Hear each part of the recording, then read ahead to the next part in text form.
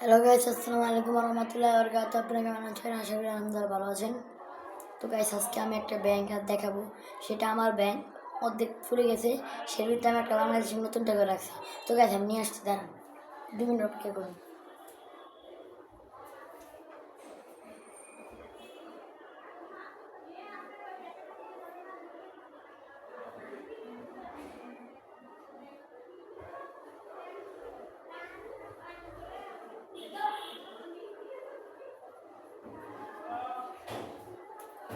তো গাইস, নিয়ে আসলাম আমার ব্যাংকটা অর্ধেক কিন্তু ভরে গেছে।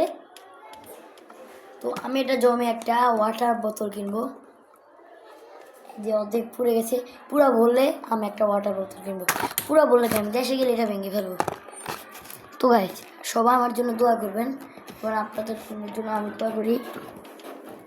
আমার ভিডিওটা guys like, subscribe, comment, share করে দেবেন।